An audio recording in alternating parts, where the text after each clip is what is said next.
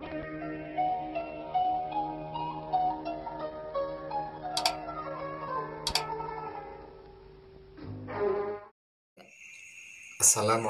warahmatullahi wabarakatuh. A'udzubillah, bismillah, alhamdulillah. Allahumma sholli ala sayyidina Muhammad wa ala ali sayyidina Muhammad. Para dulur sadaya yang dimuliakan Allah Subhanahu wa taala, mudah-mudahan kita semua selalu dalam lindungan Allah Subhanahu wa taala. Baik para dulur sadaya, kita selaku umatnya baginda Rasulullah Shallallahu Alaihi Wasallam diharuskan untuk selalu mencintai beliau. Diharuskan kita selalu menanamkan keimanan kita, menguatkan iman kita kepada baginda Rasulullah Shallallahu Alaihi Wasallam.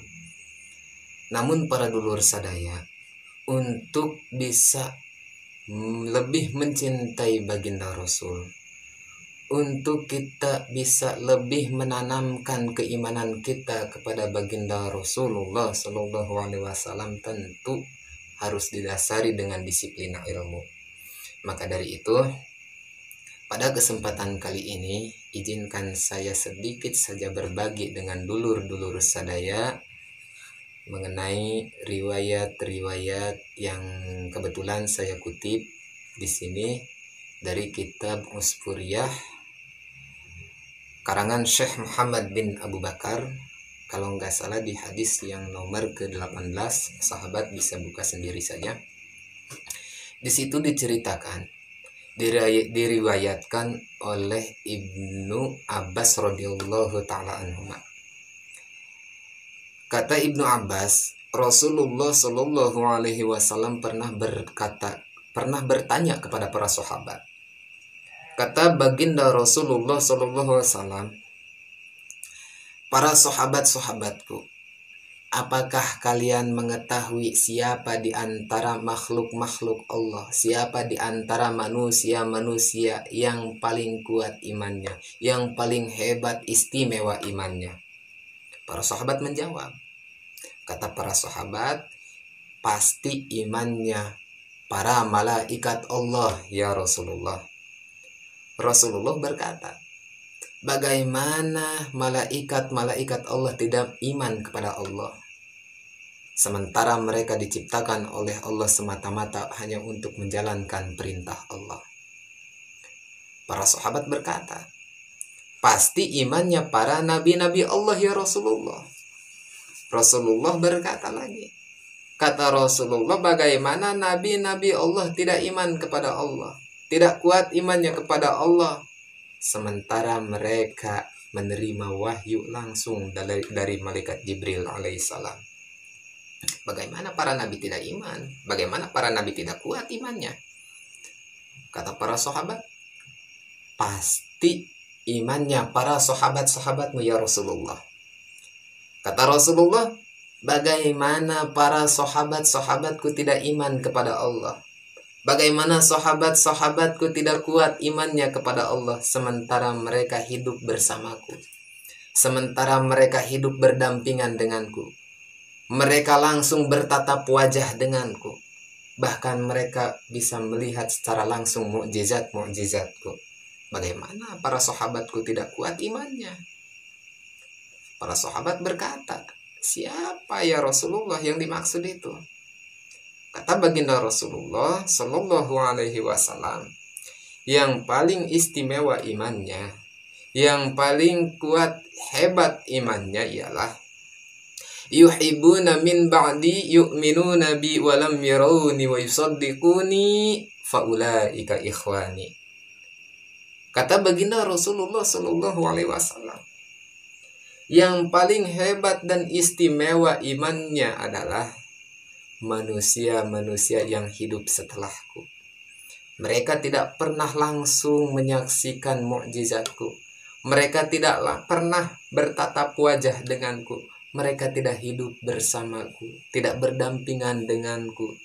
Tapi mereka iman kepadaku. Tapi mereka membenarkanku.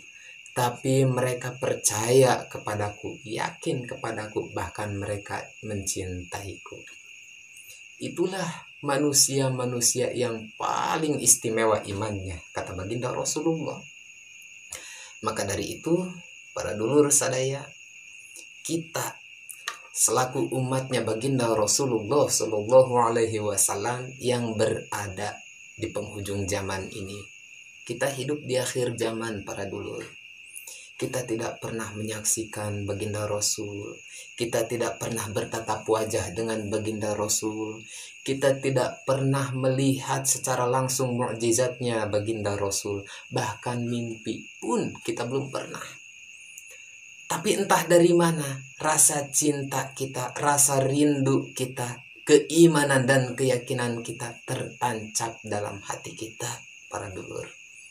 Maka dari itu, pertanyaannya para dulur, kita nih yang mengaku bahwa kita adalah umatnya baginda Rasul, yang mengaku katanya kita mencintai baginda Rasul, yang mengaku katanya kita mengimani baginda Rasul. Tapi pertanyaannya, apa sih yang sudah kita berikan kepada baginda Rasul? Loh, si AA mah kan baginda Rasul mah tidak pernah meminta apapun dari umatnya. Iya, memang baginda Rasul tidak pernah meminta suatu apapun dari kita selaku umatnya. Tapi wajar kalau kita selaku umatnya yang mengaku bahwa kita cinta kepada baginda Rasulullah Shallallahu Alaihi Wasallam, kita memberikan sesuatu atau nilai-nilai yang sekiranya dapat membuat Rasulullah Shallallahu Alaihi Wasallam gembira.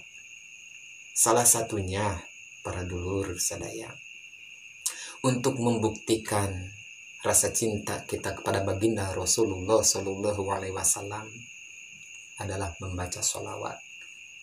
Jangan kita bosan untuk membaca sholawat. Sholawat apa aja. Yang pendek, yang panjang, yang mana aja yang kita bisa. Dinadomkan atau enggak, silahkan. Mau dinadomkan silahkan, mau enggak ya enggak masalah, enggak apa-apa gitu. Yang penting kitanya bisa, yang penting kitanya baca. Mau yang pendek, mau yang panjang sama aja, yang penting kita baca sholawat.